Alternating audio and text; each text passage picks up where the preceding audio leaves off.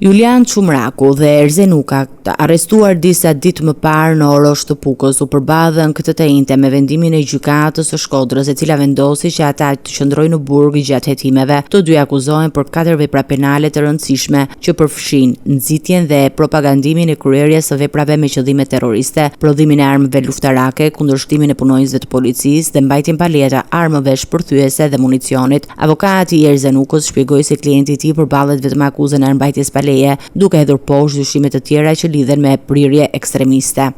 Fillimisht ka vetëm një akuzë, dhe vetëm një ka pas, armbajtje pa leje. Unë kërkova vlerësimin e paligjshëm të arrestit flagrant për sa i përket mbrojtjes nga Naim Erzen Uka, i cili është ndodhur në atë banesë në mënyrë krejt rastësore, dhe po në mënyrë rastësore ka shkuar dhe policia e shtetit në atë banesë pasi ka qenë duke bërë një aksion për gjendjen e bimëve narkotike.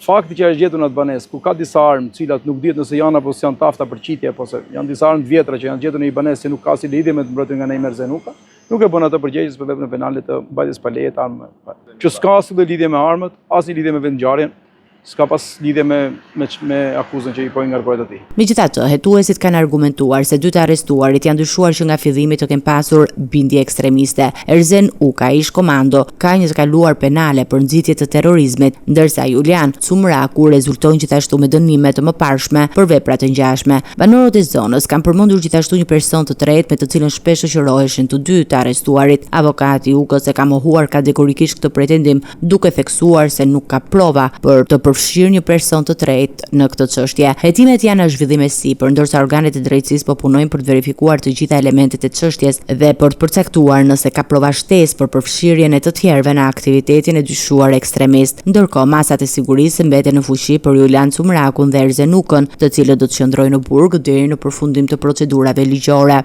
Autoritetet po vijojnë hetimet për të sqaruar nëse grupi mund të ketë pasur lidhje me rrjete të tjera kriminale apo aktivitete ekstremiste.